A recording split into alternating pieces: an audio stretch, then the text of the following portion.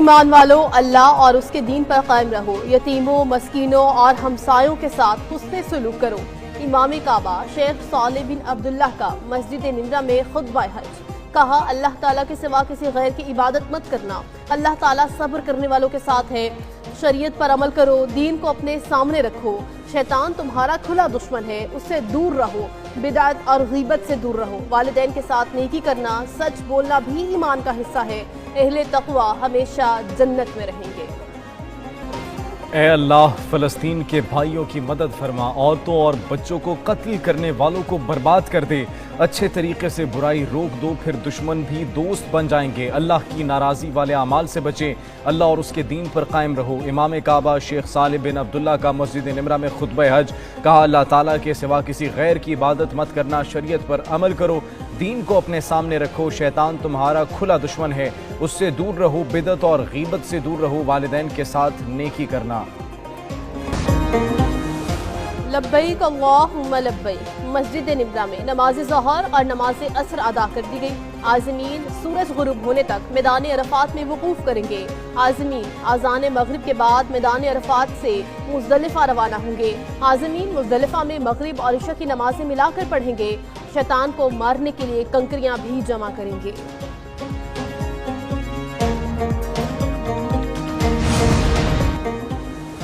وزیراعظم شہباز شریف کا دورہ سعودی عرب، فیلڈ مارشل عاصم منیر بھی وزیراعظم کے ہمراہ وزیراعظم کی سعودی ولی عہد شہزادہ محمد بن سلمان سے ملاقات ہوگی۔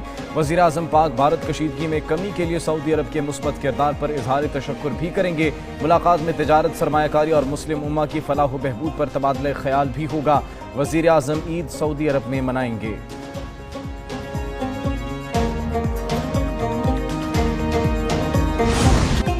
بھارتی دھمکیوں کا پوری طاقت سے جواب دیں گے۔ بھارتی آبی جارحیت کے خلاف اقدامات اٹھانے کی ضرورت ہے۔ وزیر اعظم شہباز شریف کا آبی ذخائر سے متعلق اجلاس سے خطاب۔ بولے چیلنجز کے خلاف مل کر فیصلے کرنا ہوں گے۔ بھارت نے پانی کو بطور ہتھیار استعمال کیا، بھارت کے غرور اور گھمنڈ کو سب مل کر خاک میں ملائیں گے۔ عوام افواج پاکستان کی پشت پر سیسا پلائی دیوار کی طرح کھڑے ہیں۔ معاشی کامیابی باتوں سے نہیں، عمل سے ملے گی۔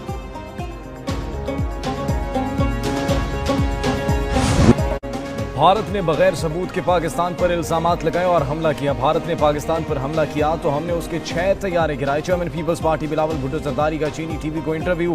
کہا سنتاس منصوبہ معطل کرنا عالمی قوانین کی خلاف ورزی ہے۔ بھارت یک طرفہ سنتاس منصوبے کو ختم نہیں کر سکتا۔ دہشت گردی کے خاتمے کے لیے اس کی اصل وجوہات کو ختم کرنا ہوگا۔ مسئلہ کشمیر کے حل تک امن قائم نہیں ہوگا۔ جنگ نہیں، سفارتکاری سے معاملات حل ہو سکتے ہیں۔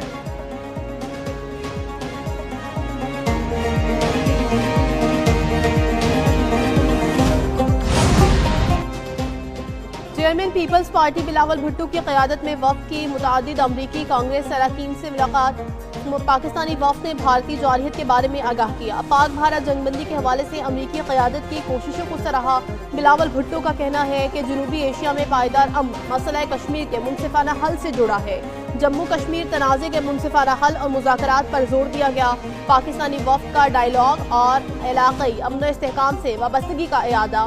بلاول بھٹو نے تجارت کو علاقائی خوشحالی اور تعاون کا ذریعہ قرار دیا۔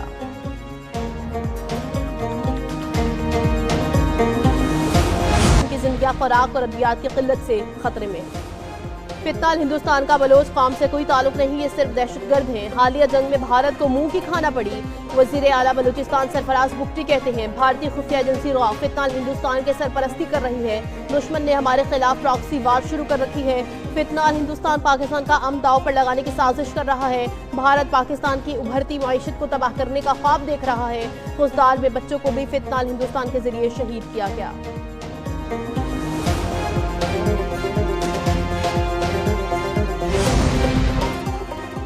وزیر اعظم شہباز شریف نے پاک بھارت جنگ کے دوران ہونے والے نقصانات کا جائزہ لینے کے لیے اعلیٰ سطح کا کمیشن تشکیل دے دیا۔ سیکریٹری داخلہ محمد خرم آغا 15 رکنی اعلیٰ سطح کمیشن کے سربراہ مقرر۔ ڈی جی ایف آئی اے رفعت مختار کمیشن کے کنوینر ہوں گے۔ کمیشن میں additional chief secretary Azad Kashmir, secretary home Punjab سمیت دیگر افسران بھی شامل۔ کمیشن 30 روز میں رپورٹ وزیر اعظم کو پیش کرے گا۔ سویلین سے ڈیٹا، کرائم سین سے شواہد حاصل کیے جائیں گے۔ وزارت داخلہ کمیشن کو مکمل سہولیات فراہم کرنے کا پابند ہوگا۔ بھارتی وفد عوامی ٹیکس کے پیسوں پر موج مستیوں میں مصروف، بین الاقوامی سطح پر ساکھ بحال کرنے کا ڈرامہ رچا کر بھارتی عوام کو بے وقوف بنایا جانے لگا۔ واشنگٹن میں موجود اعلیٰ سطحی بھارتی وفد کے غیر سنجیدہ رویے پر بھارتی عوام سیخ پا۔ بھارتی عوام کا کہنا ہے عوامی ٹیکس کا پیسہ ملک کے لیے ہوتا ہے مگر غیر ضروری تقریبات میں خرچ ہو رہا ہے۔ پہلگام واقعے میں ملوث دہشت گرد آزادانہ گھوم رہے ہیں جبکہ مودی سرکار ہاتھ پر ہاتھ دھرے بیٹھی ہے۔ بھارتی حکومت نے اپنا رویہ نہ بدلا تو بین الاقوامی سطح پر ساکھ ختم ہو جائے گی۔ مودی سرکار کے آپریشن سندور کے بعد بہادری کے دعوے دھرے کے دھرے رہ گئے۔ کانگریس رہنما پون کھیرا نے مودی پر سوالات کی بوچھاڑ کر دی، کہا کہیں مودی نے ٹرمپ کو آنکھ اٹھا کر جواب نہیں دیا۔ نام نریندر، کام سرنڈر۔ آپریشن سندور میں مودی ناکام رہی۔ بی جے پی کے حمایتیوں نے مودی کو مقدر کا سکندر سمجھا۔ 11 سال بعد فلم نکلی تو نکلا نریندر کا سرنڈر۔ عوام بزدل مودی سے تنگ آ گئے۔ مودی کی وجہ سے ملک کا مستقبل خطرے میں ہے۔